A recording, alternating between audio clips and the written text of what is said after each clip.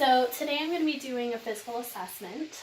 My name is Cheryl. What is your name? I'm Diane. Okay, and I'm going to wash my hands.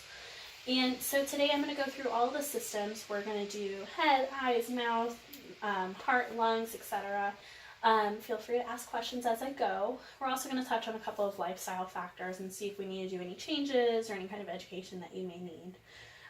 Before we get started, have you had any recent illnesses or pain changes? I'm getting over a cold, so I have a little bit of a stuffy nose. Okay. No congestion, it's just kind of runny. Okay, have you taken any medication for that? No. Okay, all right. Have you had any pain lately? No. No? Okay. And can you tell me what today's date is? It is Friday, September 28th, 2018. Great. And who is the president? Trump. Okay. And where are we right now? We're in my house. Okay. So patient is learn-oriented ×3. Affect is normal, well-groomed, appropriate for the season, pleasant. Let's see. So what do you do for a living? I'm a speech language pathologist. Okay. Do you have normal hours or any kind of lifestyle activities that you'd like to elaborate on? I work minimally. Okay. I do PRN, Okay. so I work 10 hours or less a week. Okay. Okay. Yep. Do you do hobbies to keep yourself busy in the meantime? My children are my hobbies. Okay. I take my daughter to gymnastics 3 days a week for 3 hours. Okay. So about 12 hours my day driving back and forth. So 12 hours of gymnastics Okay. is part of my life. That's a lot of time in the car. So just kind of food for thought when you're sitting down and you're sedentary, maybe thinking about getting up and moving, doing like a fitness tracker, wearing like a fitness bracelet to count your steps, and also just making sure you're doing lots of range of motion. Okay. A sedentary lifestyle can lead to other health factors like gaining weight, heart issues, even for extended period of time. You can even get blood clots if you're prone to those or have medications that are on board that could lead to that. So those are a couple of things to think about. Do you have any questions before I get started with the review of systems? No. Alrighty. So I'm just going to first look at your skin in general. I can note that you have moles throughout. Is that a family Yes. trait? My father had many moles too. He's actually had 2 types of skin cancer, basal cell and melanoma. Okay. I recently went to the dermatologist. I had 2 moles removed. They Okay. came back benign. Good. And I go to the dermatologist to check them out, and I've never had one come back cancerous. So Okay. You got a great tan. Do you wear sunscreen when you're outside? I wear sunscreen, but I don't completely cover up. Okay. So make sure that you're wearing at least SPF factor 30 or above. Okay. Statistics kind of vary, but anything over 50 typically, the benefit versus risk, is kind of wishy-washy, but make sure you're wearing at least SPF factor 30 or better. Make sure you're getting your face, your décolleté, shoulders, etc. Anything that shows this to the sun. And just a fun fact is that you can get skin cancer on parts of your body that didn't even see the sun. So even if you burn on your shoulders, you can actually see a mole down the road on other parts of your body that could become cancerous. It's not just the part that the sun hits. I didn't know that. So it's good that you see the dermatologist regularly. Do you have any scars or anything that of note? Just the ones where I had several moles removed back Can you turn around? Oh, I think it was in 2001. Okay. So of note, patient has a tattoo on her back. Seems to be healed. If you could turn maybe just a touch more, I'm not sure if you're going to be able to see it, but she has small, round, healed scars from the mole revision.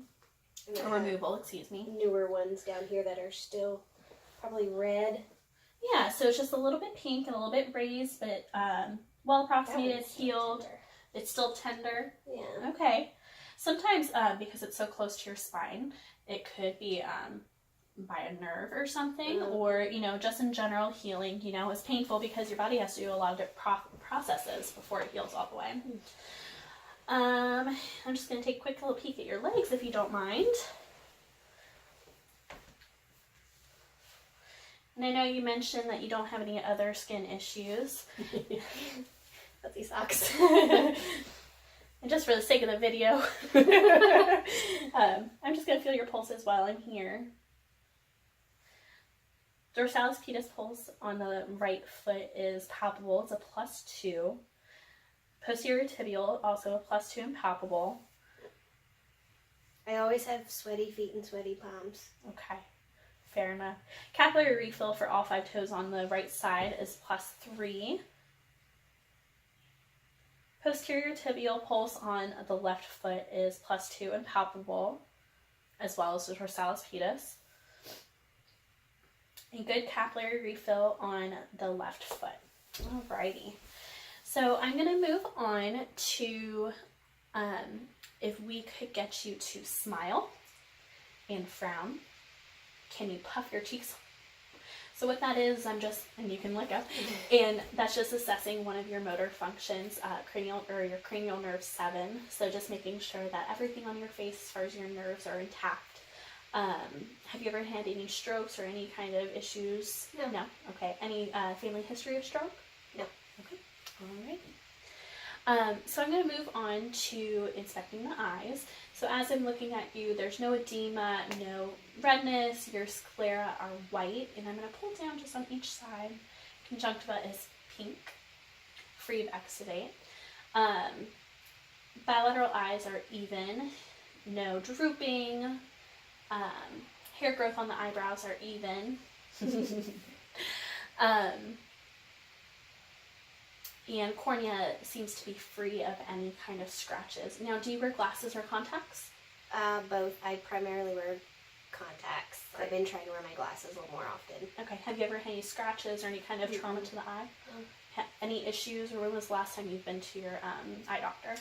Ooh, probably about 2 years. And they suggest that I wear glasses a little bit more frequently because I wear contacts every day. Okay. For several hours. So another thing to touch on is making sure that you do take your contacts out and wash your hands, properly care for your contacts, just to let the air flow and everything. Is very important to get oxygen to your eye as well. And also by wearing glasses, it's going to help your muscles of your eyes to strengthen, and sometimes people can see changes in their vision with that too by switching back between the contacts and the glasses for muscle function. Okay.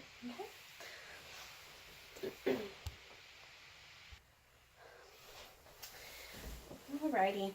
And also another thing that I wanted to mention about your eyes, we use a term called perla. Pupils are equal, round, reactive to light, and they accommodate. So I'm going to do a couple of tests just to test for that. I can see that your pupils are equal, they are round. So what I'm going to do is, can you look at my finger? I'm going to come in. So pupils converge. You look up here. Patient's able to move eyes to all 4 quadrants. Excellent. And we're in a little bit of a bright room. Let me grab my pen light.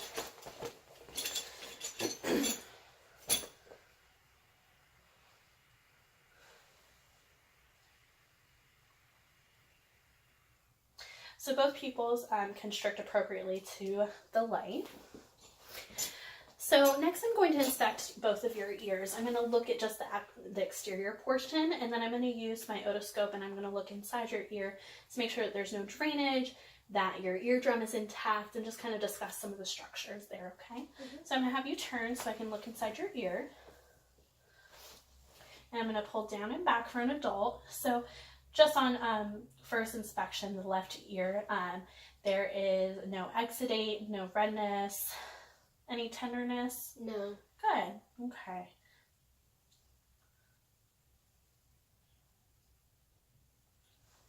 Stand up and touch. There we go. Any pain when I'm doing this? No. Alrighty. So the inner canal is pink, no redness. I can see the eardrum and it is pearly and free of earwax. And again, on the right ear, there's no exudate or anything. There's a small little red scratch on the inside of your ear. Do you remember scratching your ear? Yeah, I could have done that. Okay. So it looks like it's in a healing stage. So, any pain when I'm putting this in your ear? No. Okay. There is a little bit of redness to the left lower portion of your ear canal. It does appear to have a little bit of fluid on your eardrum. Have you had any issues with hearing on your right side? No, I had some fullness a couple days ago, but actually it feels fine now. Okay, so it looks minimal. Nothing is red. I can still see your eardrum. The majority of it is pearly gray, as we like to call it, which indicates a normal eardrum. There's no perforations. Okay. So next I'm going to look at your nose. Have you ever had any trauma, nose surgeries, or anything like that? Okay. Do you feel like you breathe normally through your nose? I do. Okay. So I'm going to have you look up. Septum appears midline, no deviation, no obstruction in the nostrils. And I am going to take my pen light again and further look up the nose. Go ahead and look up again. Nasal cilia is intact. Patient had mentioned that she had had a cold earlier and she's having a little bit of nasal discharge, which is expected. Has it been clear discharge? Or? Yes, clear. Okay. Was it ever green in nature, bloody? It was yellow on the first day, and that was over a week ago. It's been clear since. Okay. Did you have any sinus pain when that was happening? No, not really. Okay. Sounds like it was just kind of a standard cold, so just lots of fluids and everything. Make sure you stay hydrated and lots of sleep, okay? Alrighty, and we're going to move on to mouth and throat. So with that, have you had any sores or any kind of changes in your oral health? No. Okay, so I can see that your lips are intact and there's no sores. Color is even. Can you stick out your tongue and say ah? Ah. Good. And of note, I can see that the uvula is midline, and it also moves up when you say ah, which tests one of our cranial nerves. And I am going to pause. Putting gloves on after washing my hands so that I can inspect the internal portion of her mouth, including her gums, tongue, teeth, and cheeks, the buccal mucosa. So I'm going to have you open up your mouth. So there's no sores or any kind of areas that are open inside the mouth. Have you had any issues with the skin inside your cheeks? No, not really. Okay. And I can see. Go ahead. I was going to say, I might bite my lip every once in a while when I read a book. Never said it. So just be careful with that and not to damage your skin. As I'm talking to you, I can notice that your teeth are even, well cared for, no obvious plaque that I can see or any kind of gingival issues. Do you go to the dentist regularly? No. Okay. I have been in the last 2 years, though. Okay. Did you have orthodontia, like braces or anything like that? Did. Okay. Do you still have a retainer? I do. Do you have one of the permanent ones? No, it's removable. Okay. So you don't have the little bar behind the bottom of your teeth? Mm-mm. Okay. Of note, never had a cavity. Oh, okay. So you're brushing your teeth at least twice a day. Excellent. Alrighty. So I'm going to take off my gloves. Alrighty. So what I'm going to be looking at next is your hard and soft palate. Did you ever have a cleft palate or anything like that? Okay. Anybody in your family have a cleft palate? No. Do you know what a cleft palate is? I do. Okay. Because you're SLP, I'm sure that you have some knowledge in that. And I'm also going to take a look at your tonsils. If you could open up your mouth, please. And say, ah. Ah. Good. Okay. So tonsils are on either side, not red or inflamed. Have you had any kind of tonsil issues, swelling, any kind of... No? Okay. I'm just going to feel for any kind of lymph node. Lymph nodes aren't palpable. And tongue was midline. We already discussed that motor function for cranial nerve 9 and 10. She was able to say ah, and the uvuli rose midline. Hard and soft palate were both intact on inspection. And the soft palate rose as well when she said ah. So I'm going to move on to looking at your neck, the skin especially. It seems to be intact. Moles, like we were talking about earlier, and some freckles.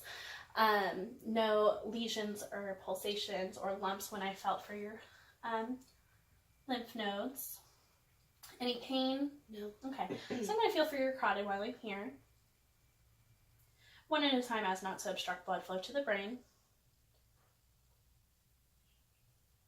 And it is equal on both sides, no obvious bruise, obvious pulsation, of course.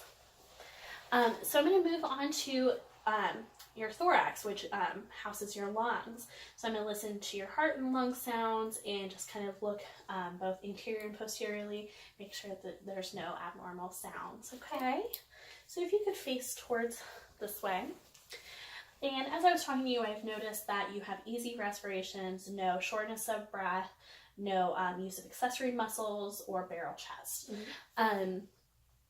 The skin anterior posteriorly, which I've already noted, is even, no obvious areas of lesions, and skin temp was warm. Her skin is dry to the touch, not clammy.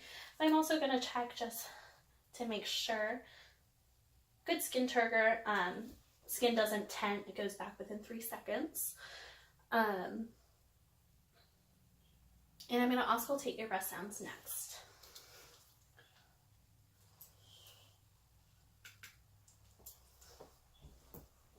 Just breathe normally.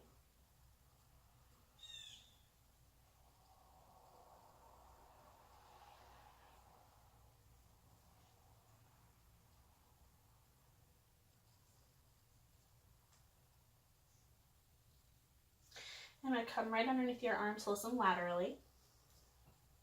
Nice deep breath in. If you could turn towards me. Nice deep breath in. Excellent. And if you could turn again.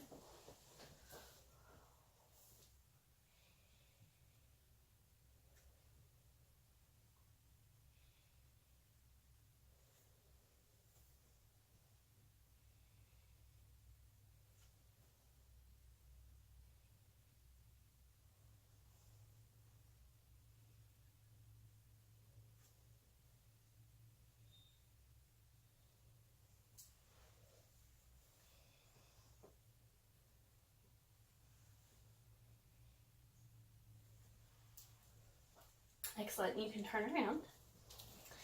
So breath sounds anterior and posterior are even. I can hear air flow all the way through to the bottom.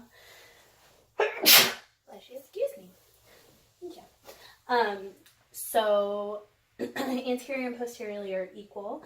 Breath sounds are clear to the bases. I can hear that you're filling up your air sacs all the way to the bottom because I'm able to hear laterally and also to the very bottom. So you're moving air freely. Do you have any respiratory issues that No, not at inhaler all. or any medications like that? Not at all. Great. So I'm going to move on to listening to your heart. So there can be a couple of different places I'm going to listen to. Do you have any heart issues on your family? Any kind of heart health? Open heart surgeries? No. Okay.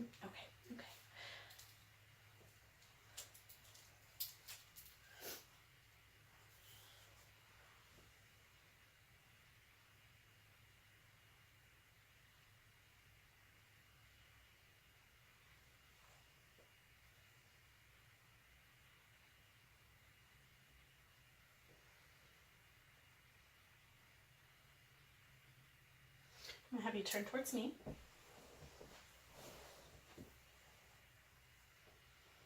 I'm just going to go underneath your brow just a touch. I'm listening to the apical pulse for a full minute just to make sure that I have the most accurate information. Patient appears to be in a sinus rhythm, no abnormal heart sounds.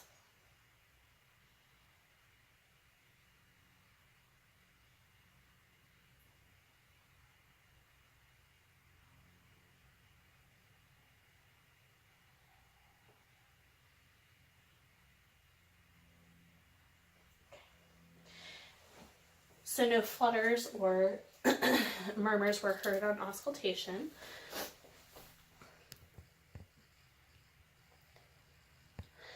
So the different sites that I listened to were aortic, pulmonic, Erb's point, tricuspid, and mitral or apical. And those are the different heart sounds that I would listen to on auscultation to assess for any kind of murmurs or cardiac anomalies. Next, I'm going to be assessing the abdomen, which I'm going to have my client lay down flat so that we can fully assess for contour and symmetry and other skin characteristics before palpating and auscultating.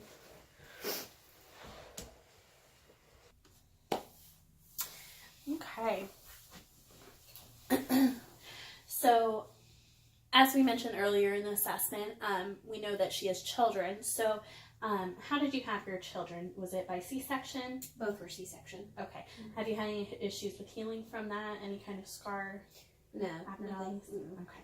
Alrighty. So skin is even, normal contour, it's symmetric. There is a little bit of skin looseness from having 2 children.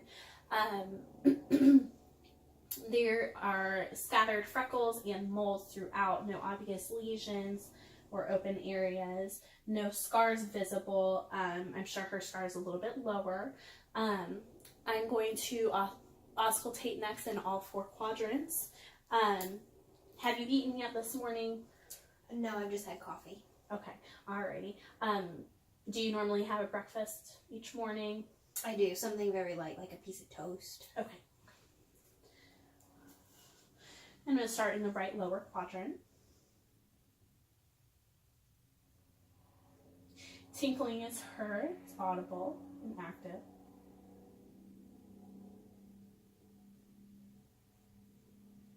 Upper right quadrant is audible and active.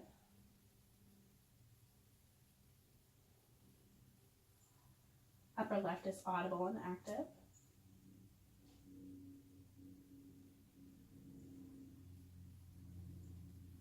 And lower left is audible and active. No abnormal sounds.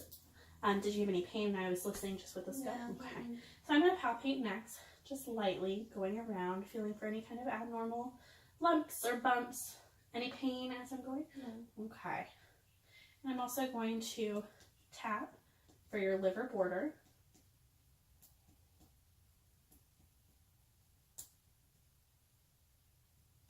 Okay.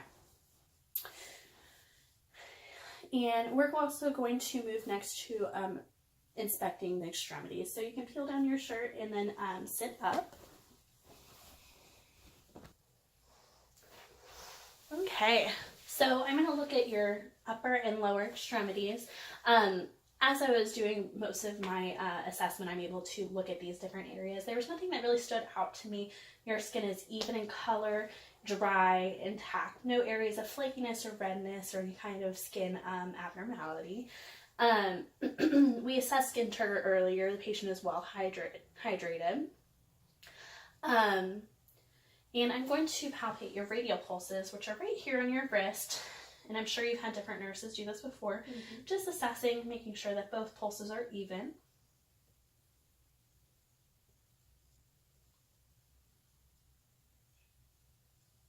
You've got even pulses, and I would call it a +2 on both sides, easily palpated. And I'm going to look at your fingers as well and just do a capillary refill test. And that's just making sure that the blood is flowing to the tips of your fingers evenly. And on your right hand, it's less than 3 seconds. Easily blanches and returns to color. Okay. So next, I'm just going to inspect the symmetry of your lower extremities and your joints.